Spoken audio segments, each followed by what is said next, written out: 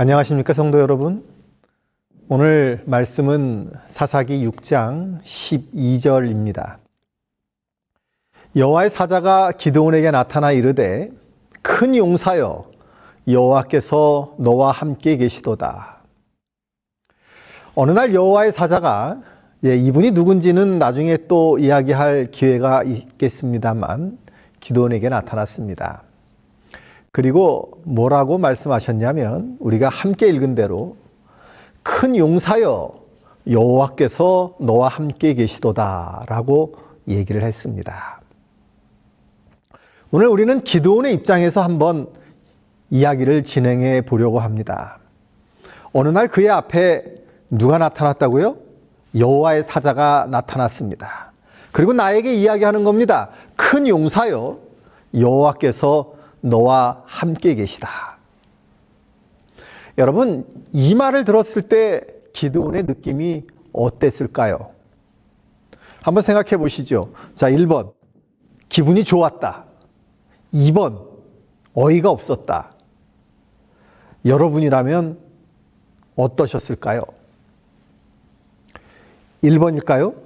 그렇지, 내가 큰 용사지 그랬을까요? 아니요. 기드온은요 정말 어이가 없었습니다. 왜 어이가 없었을까요? 오늘은 왜 어이가 없었는지를 한번 같이 생각해 보는 시간을 가지려고 합니다. 사사기 6장은요 조금 전에 우리가 12절을 봤는데 1절에서 이렇게 이야기하고 있습니다. 이스라엘 자손이 또 여호와의 목전에 악을 행하였으므로 여호와께서 7년 동안 그들을 미디안의 손에 넘겨주시니. 사사기 6장의 시작은 이렇습니다. 그런데 여기서 주목해 봐야 할 한 단어가 있는데 그게 뭐냐면 또입니다. 또. 그렇죠. 또라는 말이 있죠. 또라는 말은 무슨 이야기일까요? 또라는 말은 이스라엘 백성이 여호와의 목전에 악을 행한 것이 처음이 아니라는 이야기입니다. 그렇죠? 그래서 하나님께서 이방 민족이 그들을 다스릴 수 있도록 하나님이 이스라엘을 돌보시던 손을 거두어 들이신 것이 처음이 아니라는 이야기입니다. 자, 그러면 이 또라는 말을 이해하기 위해서는 그러면 어떤 일들이 계속 벌어지고 있었는지 우리가 알 필요가 있습니다. 이스라엘 백성들은 계속해서 배도를 했습니다. 이 배도라는 것은 모세와 여호수아의 시대에 있었던 것 빼고 여호와의 시기 마지막에 그들이 하나님을 섬기겠다고 여호수아 앞에서 약속을 했습니다. 여러분 기억하십니까? 여호수아가 뭐라고 설교를 하죠? 오늘 택하라.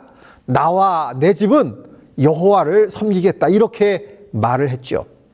그리고 그 다음에 이스라엘 백성들은 우리도 알다시피 자신들도 여호와를 섬기겠다고 약속을 했습니다. 그러면 쭉 여호와를 섬겼어야 되는데 여호와를 섬기지 않고 그들은 배도합니다. 배도라 하면 이스라엘이 하나님의 뜻에서 벗어났다는 얘기죠. 자, 배도를 하면 그 다음에는 어떻게 됐을까요? 배도가 있고 나면 그들은 단절됩니다. 누구와 단절될까요? 당연히 하나님과 이스라엘 백성의 사이가 단절되는 것입니다. 그들이 배도하면 단절되는 것은 하나님께서 그 관계를 일부러 끊으시기 때문이 아닙니다. 이스라엘 백성들이나 하나님의 백성들이 하나님에게서 돌아서면 하나님께서는 그들을 강제로 돌아오게 하실 수는 없죠. 왜 그럴까요? 그들에게 자유의지를 주셨기 때문입니다. 그들이 스스로 단절한 것을 하나님이 강제로 이으실 수는 없습니다. 단절되면 그 다음에는 어떤 일이 벌어질까요? 하나님과 단절이 되면 주변에 있는 나라들이 이 나라를 만만하게 봅니다. 이스라엘이 원래 큰 나라일까요? 아니죠. 작습니다. 지금도 작지요. 이스라엘이라는 나라는 원래 힘이 좀 센 나라일까요? 그렇지도 않습니다. 그러면 그 백성들이 주변 사람들에 비해 신체적 조건이 월등하게 좋을까요? 그것도 아닙니다. 그러면 만만하게 보이지 않습니까? 만만할 때는 침략이 이루어집니다. 왜냐하면 이 가나안 땅은 이집트 동쪽에서는 주변에서 농사가 비교적 잘 되는 땅이에요. 즉 먹을 게 많은 땅이라는 이야기죠. 그러니까 당연히 주변의 유목민들이 침략을 하게 됩니다. 자, 침략을 받으면 그 다음에는 어떻게 될까요? 우리 이렇게 흘러가는 대로 한번 생각을 해보시기를 바랍니다. 힘이 들죠? 여러분, 누군가의 지배를 받는다는 것, 침략을 받아서 지배를 받는다는 것만큼 어려운 일이 어디 있습니까? 그렇죠. 우리나라도 그런 경험이 있지 않습니까? 누군가의 침략을 받는다는 것은 정말 힘든 일입니다. 백성들의 고난은 이루 말로 헤아릴 수가 없지요. 자, 고난을 받으면 그 다음에는 어떻게 될까요? 여러분, 이 사람들이 어떻게 했을까 생각하지 마시고 우리는 어땠는지 한번 생각해 보시기 바랍니다. 나에게 어려움이 있으면, 고난이 있으면 그 다음에는 어떻게 합니까? 하나님께 부르짖고 간구합니다. 기도하는 것이죠. 왜요? 내가 당장 힘드니까. 하나님께 이 어려움을 이기게 해달라고 기도합니다. 기도하면 그 다음에는 어떻게 될까요? 우리가 기도하면 우리 하나님은 회복시켜 주십니다. 이 하나님의 회복시켜 주시는 역사를 기록한 책이 바로 사사기입니다. 사사기에는 열 몇 명의 사사들이 기록되어 있는데, 물론 사사들이 다 똑똑하고 착하고 하나님 말씀을 잘 듣는 사람은 아니었습니다만, 그 사사들이 하나님께로 이 백성을 돌이키는 과정들이 이 사사기에 계속해서 나옵니다. 아시죠? 어떤 사사가 있죠? 엘리옷도 있고, 오늘의 주인공인 기드온도 있고, 바락, 입다, 삼손, 이런 사람들이 있습니다.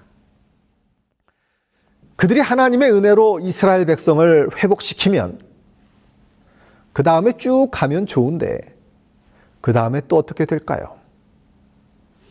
회복이 되어서 이제 편안하게 살게 됐는데 한 두어 세대가 지나면 그 다음에는 또 잊어버립니다.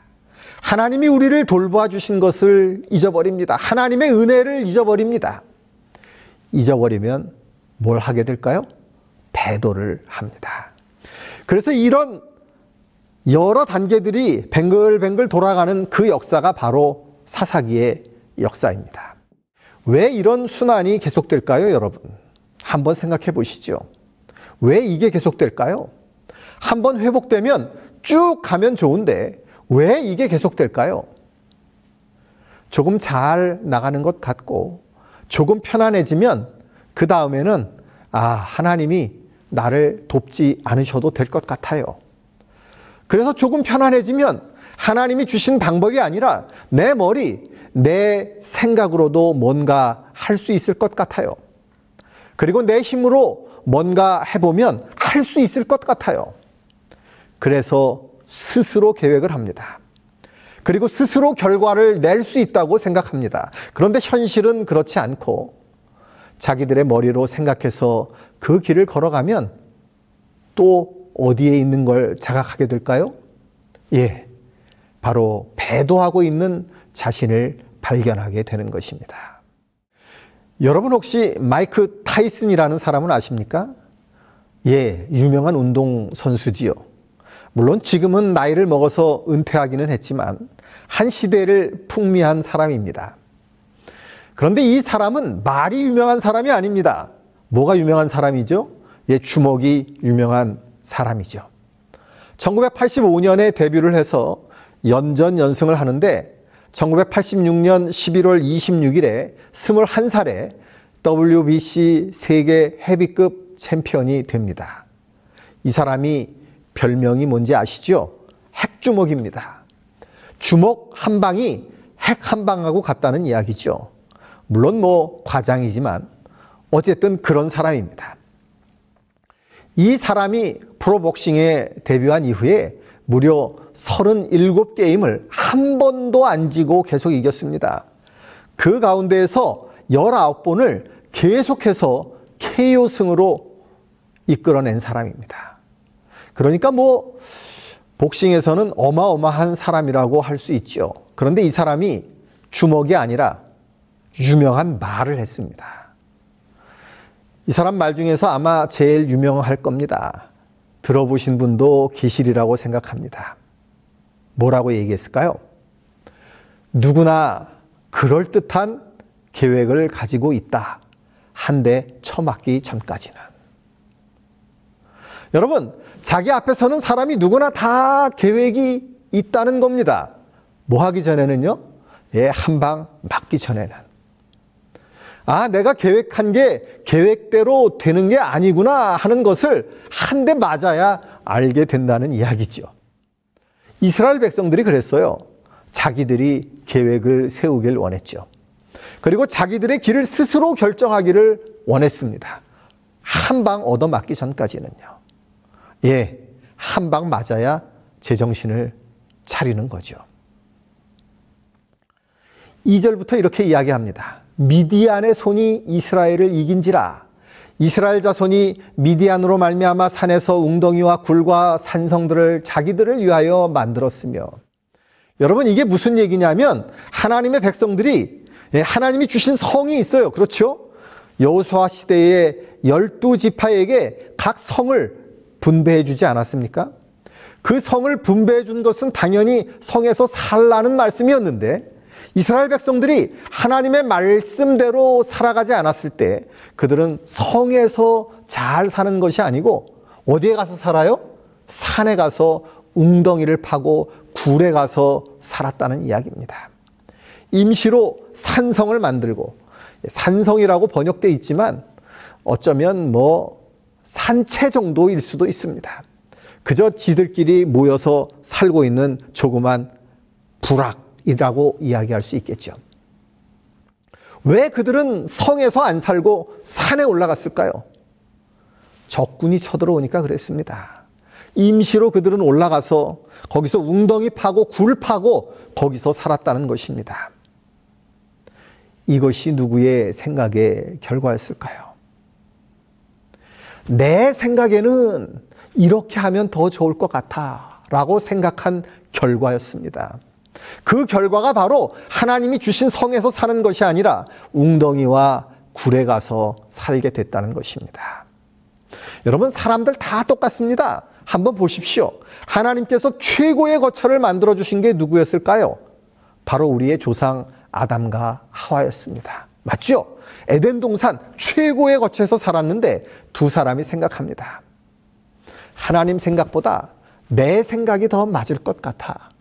그래서 그들은 하나님의 말씀을 따르지 않습니다. 그 이야기가 창세기에 나오지 않습니까?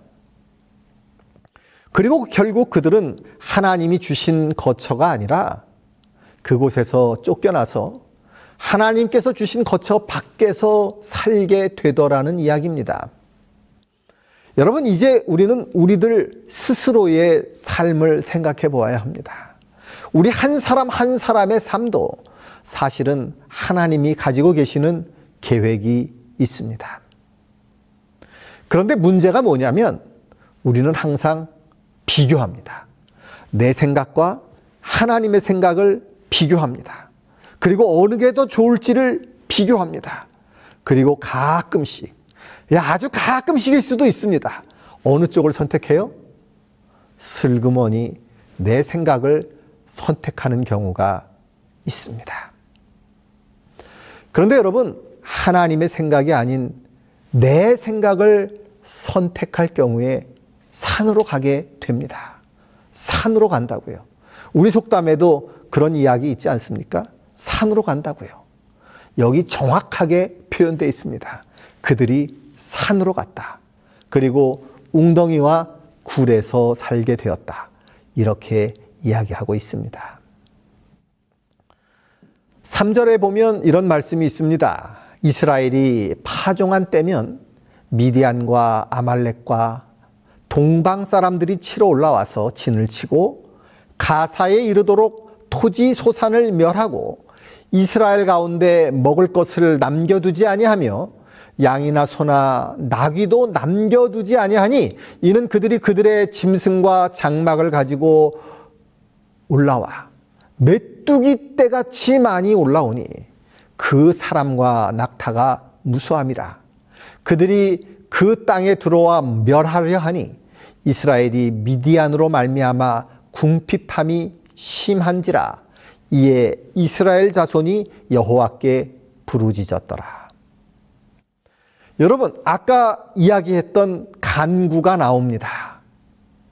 그런데 여러분 한번 보십시오. 상식적인 이야기입니다. 이스라엘은 정착을 했습니다. 정착한 사람들은 기본적으로 농사를 지어서 먹고 삽니다. 정착민이라는 것이 그렇지 않습니까? 정착을 하면 농사를 짓고. 그런데 주변에 있는 사람들은 유목민들입니다. 유목민들은 고기와 유제품들은 많지만 뭐가 없느냐 하면 이 곡식이 없습니다. 그래서 이 곡식, 밀이나 쌀을 얻으려면 뭘 해야 되느냐 하면 그들이 제일 먼저 선택할 수 있는 선택지는 교역입니다. 교역. 그런데 교역으로 충분히 얻을 수 있으면 되는데 충분하지 않다 싶으면 그러면 두 번째로 하는 게 바로 노략질입니다. 침략하는 거죠. 이게 농경민족과 유목민족 간에 계속되는 부딪힘입니다. 그런데 상식적으로 생각을 해보면 이 곡식을 얻으려면 파종할 때 침략을 해야 됩니까? 아니면 파종하고 난 후에 침략을 해야 됩니까? 아니면 추수를 하고 난 다음에 침략을 해야 됩니까? 여러분의 의견은 어떻습니까? 예, 당연히 추수한 다음에 침략하는 것이 목적을 달성하기에 훨씬 유리하지 않습니까? 그렇죠. 그런데 여기 미디안은 어떻게 했느냐면 여기 한번 보십시오. 이스라엘이 추수할 때가 아니라 파종할 때 치러 들어왔다는 이야기입니다. 여러분, 뭐가 좀 이상하지 않습니까? 조금 전에 이야기한 것처럼 유목민이 농경민을 침략할 때는 추수한 다음에 침략하는 것이 상식입니다. 기본이지요. 그래야 많이 뺏어올 수 있지 않겠습니까? 그런데 지금 미디안은 언제 공격을 하느냐면 파종한 다음입니다. 파종할 때가 아니고 파종한 때라고 표현되어 있습니다.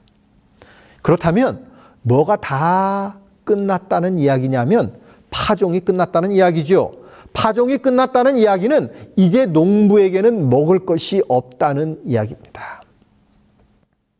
우리 옛말에 농사꾼은 굶어 죽어도 씨는 둔다 그런 이야기가 있지 않습니까? 그런데 그 씨마저도 이제 다 뿌린 다음이에요.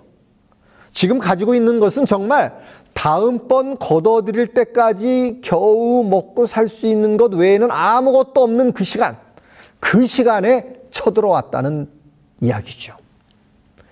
그러면 우리는 생각해 봐야 합니다. 이 사람들은 바보라서 그렇게 했을까요? 도대체 왜 그때 쳐들어왔을까요?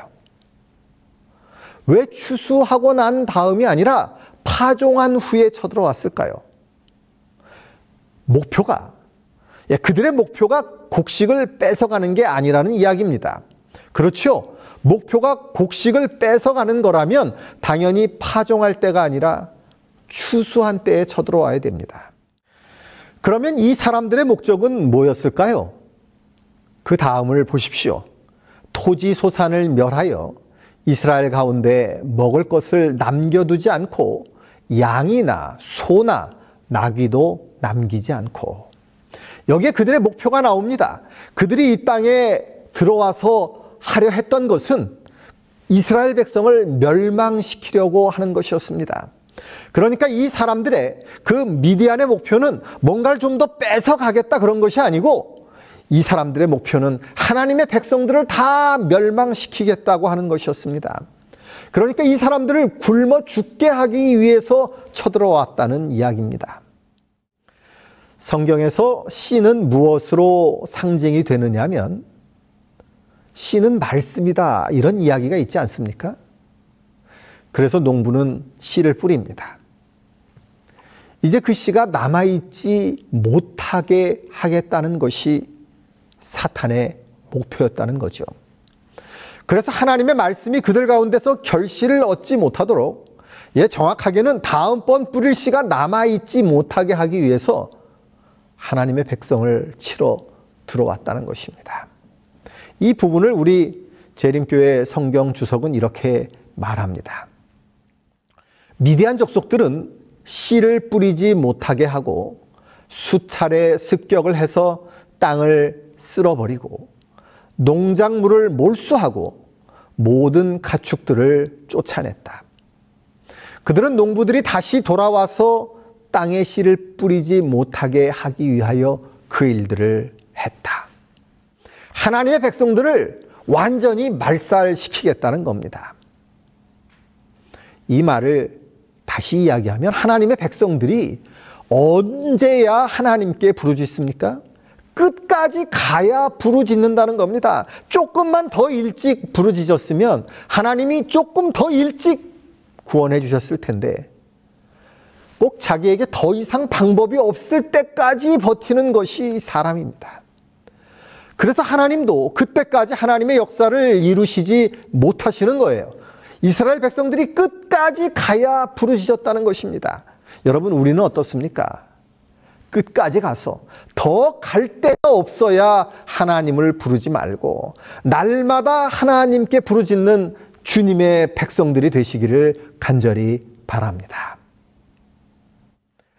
자, 이스라엘 백성이 미디안 때문에 여호와께 부르짖으니 여호와께서 한 선지자를 보내십니다. 그리고 이렇게 말씀하십니다. 8절입니다. 여호와께서 이같이 말씀하시기를 이스라엘 하나님, 내가 너희를 애굽에서 인도하여 내며 너희를 그 종되었던 집에서 나오게 하여 애굽 사람의 손과 너희를 학대하는 모든 자의 손에서 너희를 건져내고 그들을 너희 앞에서 쫓아내고 그 땅을 너희에게 주었으며 내가 또 너희에게 이르기를 나는 너희의 하나님 여호와이니 너희가 거주하는 아모리 사람의 땅의 신들을 두려워하지 말라 하였으나 너희가 내 목소리를 듣지 아니하였느니라. 하나님의 말씀은 나는 너희에게 해줄 것을 다 해줬는데 너희는 왜 내 말을 순종치 않는 것이냐? 너희는 누구 뜻대로 가고 있는 것이냐? 너희는 지금 너희 뜻대로 간 거 아니냐? 라고 선지자를 보내서 책망하십니다. 그들이 당하고 있는 상황에 대해서 하나님이 설명해 주고 계셔요. 이런 일이 벌어졌습니다. 제가 제일 처음 읽은 그 큰 용사여라고 말씀하신 그 일보다 앞에 있었던 이야기들입니다. 이런 일들이 벌어지고 있는 상황입니다. 그런데 기드온은 이것을 알아요.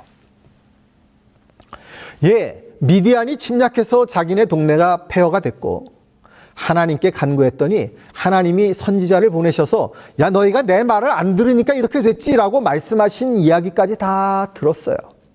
그런데 11절에 여호와의 사자가 아비셀 사람 요아스에게 속한 오브라에 이르러 상수리 나무 아래에 앉으니라. 여러분, 여호와의 사자가 등장하십니다. 어디에 왔느냐면 오브라에 와서 상수리 나무 아래에 앉았어요.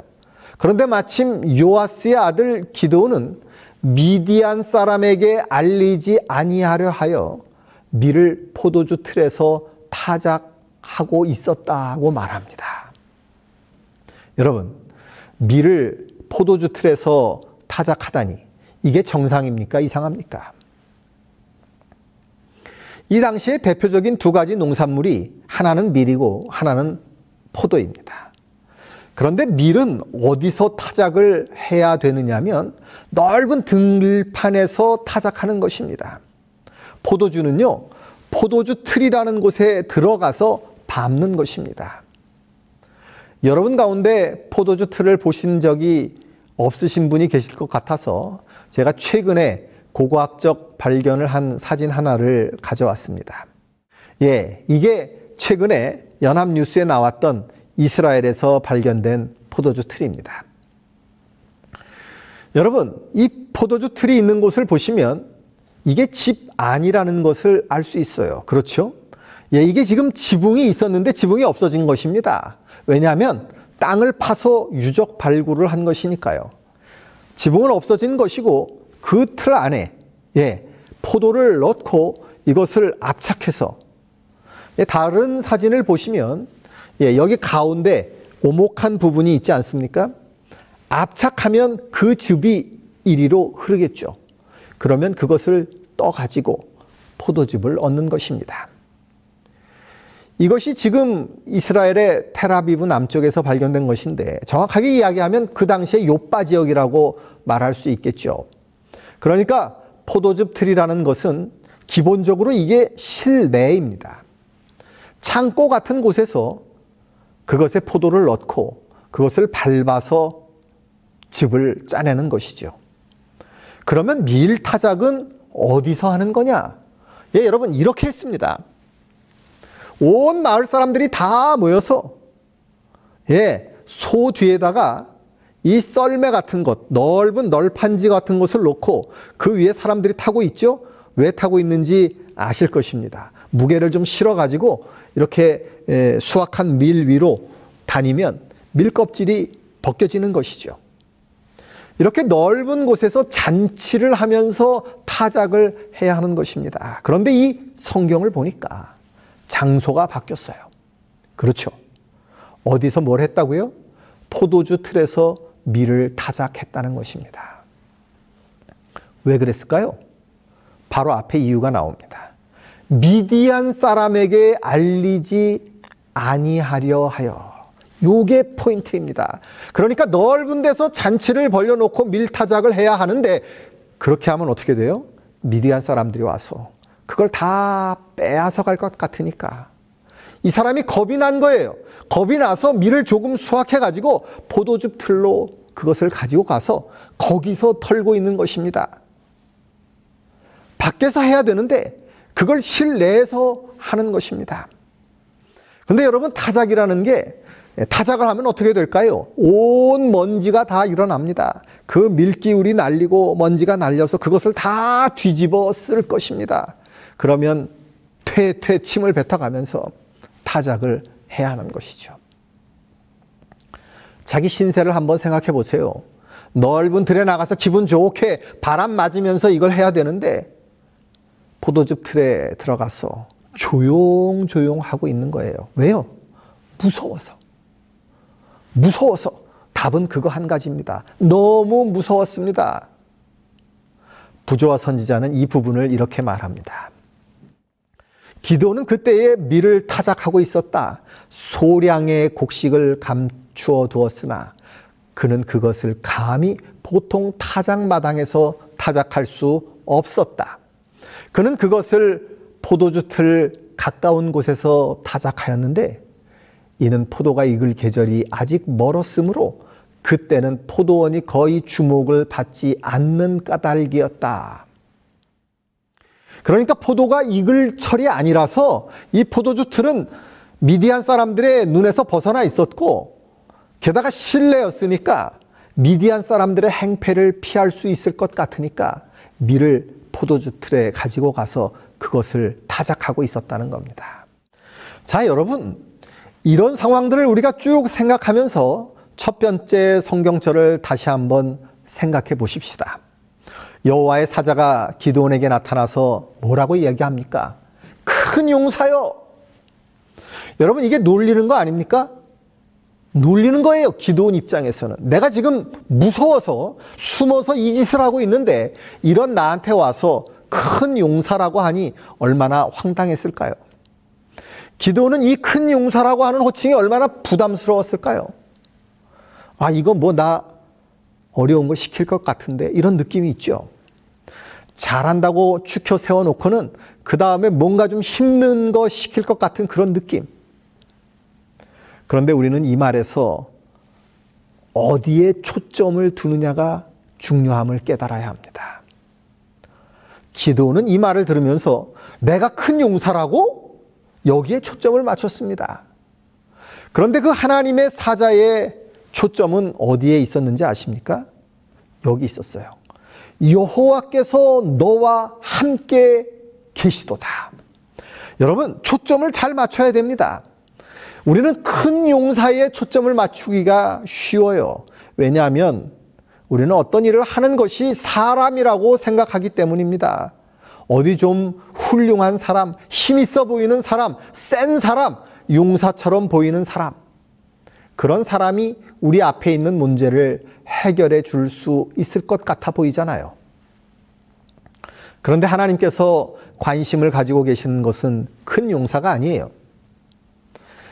하나님, 여호와께서 너와 함께 계시다라고 하는 약속입니다. 여러분, 우리는 여기에 주목해야 합니다. 신명기 31장에 보면 이렇게 말합니다. 여호와께서 또 눈의 아들 여호수아에게 명령하여 이르시되 너는 이스라엘 자손들을 인도하여 내가 그들에게 맹세한 땅으로 들어가게 하리니 강하고 담대하라 내가 너와 함께 하리라 하시니라. 예, 여러분, 강하고 담대하라 내가 너와 함께 하리라. 너는 누군지 중요하지 않다는 것입니다. 네가 중요한 것이 아니에요. 내가 얼마나 센 사람인지 얼마나 겁쟁이인지가 중요한 게 아니에요. 함께하는 나, 즉 하나님이 중요한 거예요. 그렇게 되면 너는 강하고 담대할 수 있다고 말씀하시는 것입니다. 부조와 선지자에는 계속해서 이런 말씀이 있습니다. 다른 무엇보다도 하나님의 임재하심이 그와 함께 하리라는 약속은 모세에게는 자기 앞에 있는 사업이 성공하리라는 보증이었다. 그리고 그는 이 경험을 모든 애굽의 학문이나 정치적, 군사적 지도자로서의 그의 모든 재능보다도 무한히 더 가치 있는 것으로 여겼다. 어떠한 지상의 권력이나 기술이나 학문도 하나님의 항상 계시는 임재를 대신할 수 없다. 모세도 똑같은 경험을 했죠. 하나님이 너 가서 애굽으로 가서 내 백성을 구해라 그랬더니 제가요? 이렇게 말하는 것입니다. 모세는 누굴 봤어요? 자기요. 자기를 봤습니다. 그런데 하나님은 뭐라고 말씀하시냐면 가라 내가 너와 함께 하리라 이렇게 말씀하십니다. 무서워하지 말라고요. 놀라지 말라고요. 나는 내 하나님이 될 것이라고 하나님은 분명히 말씀하셨습니다. 내가 너를 굳세게 하리니 참으로 너를 도와주리라. 참으로 나의 의로운 오른손으로 너를 붙들겠다고 이사야는 그의 글에 기록하고 있습니다. 이 글도요, 사실은 너가 중요한 게 아닙니다. 내가 너와 함께 하겠다는 것이 중요하죠. 이것은 우리들 모두에게 우리가 강하든지 약하든지 믿음의 연조가 깊든지 이제 막 시작했든지 관계가 없어요. 그것을 염두에 두고 하신 말씀이 아니라는 것입니다. 문제는 너가 아니고 너와 함께 하시는 나 하나님 여기에 있다는 것입니다. 여러분, 우리의 삶을 생각해 보시죠. 우리의 삶이 평안해서 간구할 일도 별로 없을 정도로 편안하면 얼마나 좋겠습니까마는 그렇게 편안하기만 하면 우리는 간구해야 할 일을 만들어요. 그렇죠? 그런데 그 간구할 일이 생겼을 때 우리는 하나님 앞에 나와서 구합니까? 아니면 내 힘으로 그것을 해결하려고 합니까? 힘 주시겠다고 약속하신 하나님의 능력을 받기 위해서 하나님께로 갑니까? 내가 누군지, 내가 힘이 얼마나 있는지는 아무 상관이 없어요. 왜냐하면 힘을 주시는 분은 하나님이라고 분명히 말씀하고 있기 때문입니다. 여러분, 우리에게 다 문제가 있죠? 문제가 있으면, 간구해야 될 일이 있으면 하나님 앞에 나와서 간구하시게 되기를 간절히 바랍니다. 하나님 앞에 깊이 간구하시기를 바랍니다. 하나님으로부터 내가 너와 함께 할 것이다 라는 약속을 받기까지 그 간구를 멈추지 마시고 우리 주님 앞에 나와서 간구하시기를 간절히 바랍니다. 우리의 필요들을 아시고 우리의 모든 것들을 채워주시기를 기뻐하시는 하나님께서 그 일을 행하실 것입니다. 예수 그리스도께서 갈바리 산에 십자가를 세우신 목적은 한 가지입니다. 내가 너와 함께 있겠다라는 약속을 실천하시기 위해서입니다. 그리고 그것을 보증하시기 위해서입니다. 예수 그리스도의 십자가를 바라보면서 우리는 내 뜻과 내 생각이 어떠한가를 바라보는 것이 아니라 하나님께서 우리와 함께 하시기 위하여 이 땅에 인간의 모습으로 오셨다는 것을 기억하게 되는 것입니다. 성도 여러분, 예수 그리스도의 십자가 앞으로 가시게 되기를 바랍니다. 아니요, 함께 가십시다. 그리고 예수님의 십자가 앞에서 그분의 주시는 그 능력을 받는 우리 주님의 백성들이 되시기를 바랍니다. 큰 용사여라고 말씀하시는 그분, 내가 너와 함께 하리라고 약속하시는 그분의 백성들이 되시기를 바라면서 말씀을 줄이겠습니다.